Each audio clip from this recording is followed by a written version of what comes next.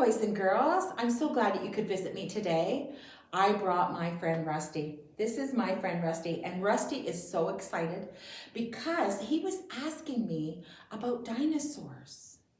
I have never seen a dinosaur, and Rusty's never seen a dinosaur, but we've been to some museums where they have dinosaur bones.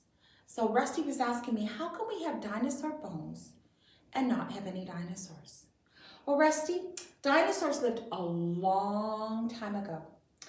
They lived before there were cars, before there was McDonald's, before there was even some of our things like television, like a long, long, long time ago. And so we can't see them anymore because they're not living anymore. But sometimes, if we're really lucky, somebody like a paleontologist, and it's his or her job to be able to dig dinosaur bones out of sand or dirt or today, ice. So Judy brought some dinosaurs that I put in some water and put them in the freezer so that we could pretend to be paleontologists. Now this is really fun, and I know that you're gonna have fun doing this with me, but I had to bring goggles for you because sometimes the ice might chip and get in your eyes. So let's get your goggles on, so we have to make sure you're safe. Safety has to be first. Oh, that looks good. So I'm gonna put my goggles on too. They're snazzy dazzy. Oh, gotta protect my eyes too. And I brought one hammer, so I'll share the other hammer with you when I read my special story to the boys and girls. So I'll start first, okay? So I got a little song I'm gonna sing while I'm doing it. Judy was chipping the ice away, the ice away, the ice away. Judy was chipping the ice away to see the dinosaurs. Oh, did you see that? This dinosaur is very close to coming out. I'm gonna keep hammering. Judy is chipping the ice away, the ice away, the ice away. Judy is chipping the ice away to free the dinosaurs.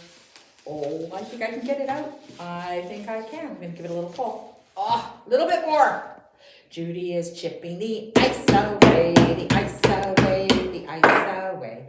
Judy is chipping the ice away to free the dinosaurs. You want to turn? Oh, good idea. Okay, so I'll get my book ready. It's called The Dinosaur Who Lost His Roar. And when I'm reading the book, you can have your turn. But make sure you watch the story too, because it's really wonderful.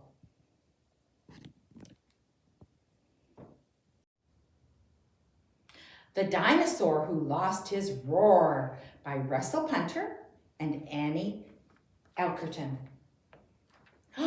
Deep inside the forest lived a dinosaur named Sid, who always got in trouble for the naughty things he did. Roar! Spike was picking berries. Sid crept up like a cat. He let out such a mighty roar that Spike got covered splat. Enjoy your breakfast, Sid replied. Who else can I surprise?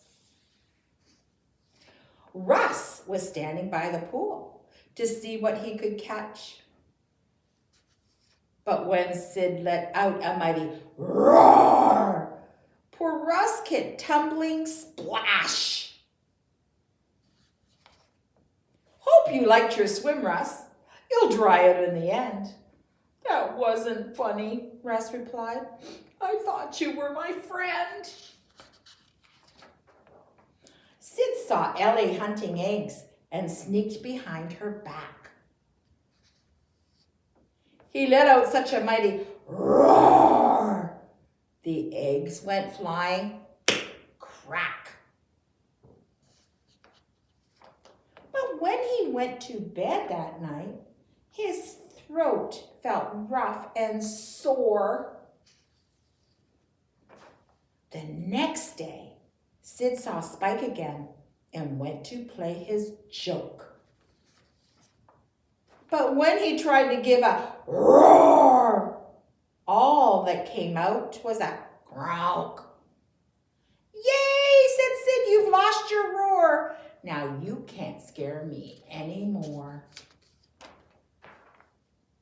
Russ was standing by a rock. Spike came to scare him off.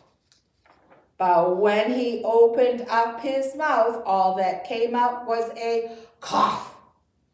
Yay, said Rust. You've lost your roar. Now you can't scare me anymore. Sid crept up to Ellie to give her such a fright. But when he opened up his mouth, what came up was a eek. Yay, said Ellie. You've lost your roar. Now you can't scare me anymore. Sid spent the whole week getting well with honey and sweet tea. Oh, I wish I hadn't played those tricks, 'cause now the joke's on me. Soon, Sid felt well to see his friends. I'll show them I'm not mean. But when Sid reached the berry bush, Spike could not be seen. Russ was missing from his pool. Sid sensed that things weren't right. He saw some scary footprints and they gave him such a fright. Sid was getting worried. What would he come to next? Then came a shock beyond the rock. It was Tyrannosaurus Rex. Sid hoped he had his voice back, but how could he be sure? He took a most enormous breath and let out a mighty roar.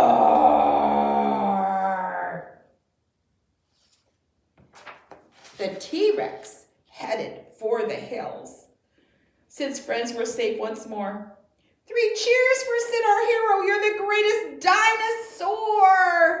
Yay! So what became of T-Rex? Well, his friends saw him no more.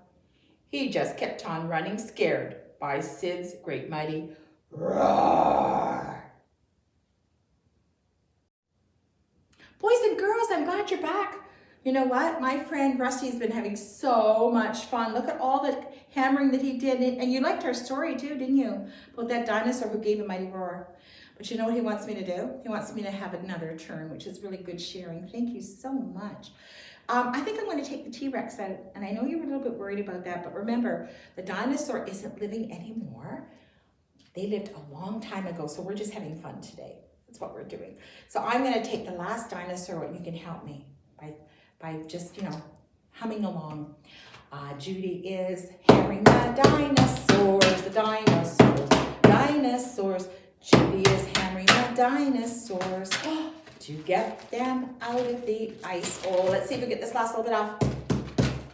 I did it! And now Tyrannosaurus Rex is out and all the other dinosaurs too. You know what? Why don't you go and have a bath? And you can play with the dinosaurs in the bathtub. I think you really would like doing that. Boys and girls, I'm glad you joined us today. Please remember to hit the like button and share with your friends. See you soon.